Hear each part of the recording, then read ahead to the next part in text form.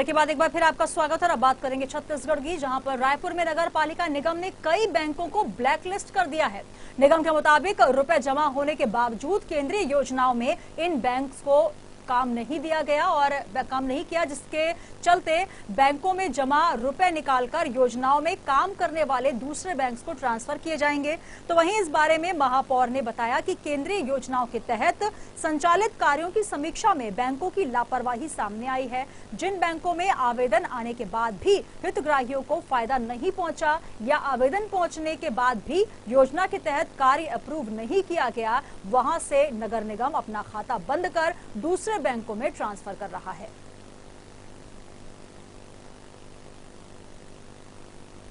और इस खबर पर तमाम जानकारी के साथ रायपुर से हमारी संवाददाता निधि प्रसाद जुड़ रही है। निधि,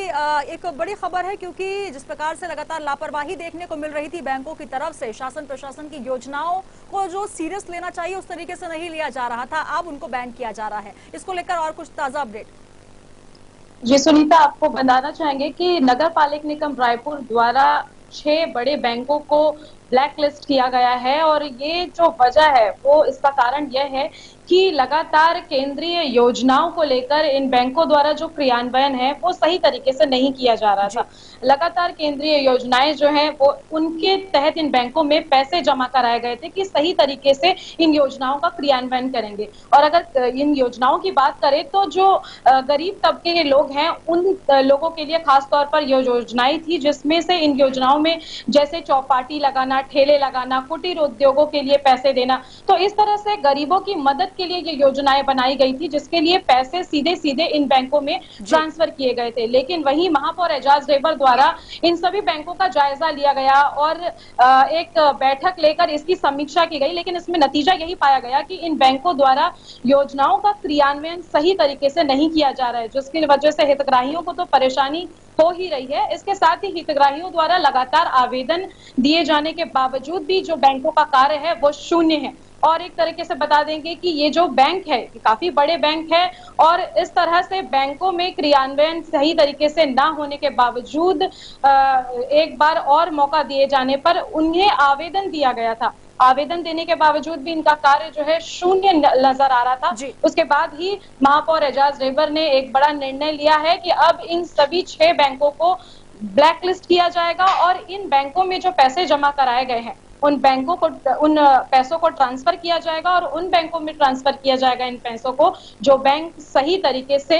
केंद्रीय योजनाओं का क्रियान्वयन करते हैं। और इसके साथ ही आपको बता दें कि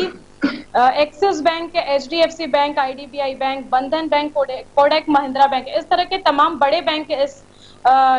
योजना में शामिल थे, जिन्हें सीधे पैसा दिया गया था सही तरीके से योजनाओं का क्रियान्वयन करने के लिए। लेकिन अब ये बैंक जो है सही तरीके से अपना कार्य नहीं करते पाए गए, जिसके बाद ये एक बड़ा फैसला लिया गया है और सीधे से इन बैंकों को ब्लैक लिस्ट किया गया है। ये काफी बड़ी बात है कि इतने बड़े बैंकों द्वारा इस तरह से योजनाओं के क्रियान्वयन के लिए सही तरीके से कार्य नहीं किया गया, ये सबसे बड़ा सवाल है। और इसके साथ ही जो हितग्राही हैं वो लगातार परेशान नजर आ रहे थे, जिसे ध्यान में रखते हुए अब ये बड़ा फैसला किया गया है और इन सभी बैंकों को ब्लैक लिस्ट किया गया है। जी सुनीता। बिल्कुल निधि, एक बड़ा यहाँ पर इसे सरकार के द्वारा लिया गया एक्शन कहा जा सकता है, क्योंकि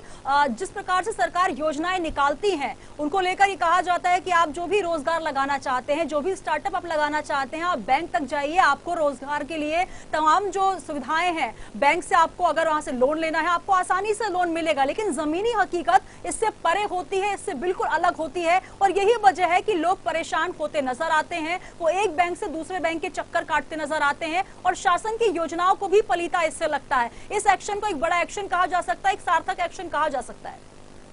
जी बिल्कुल सुनीता, क्योंकि एक रोजगार के लिए वो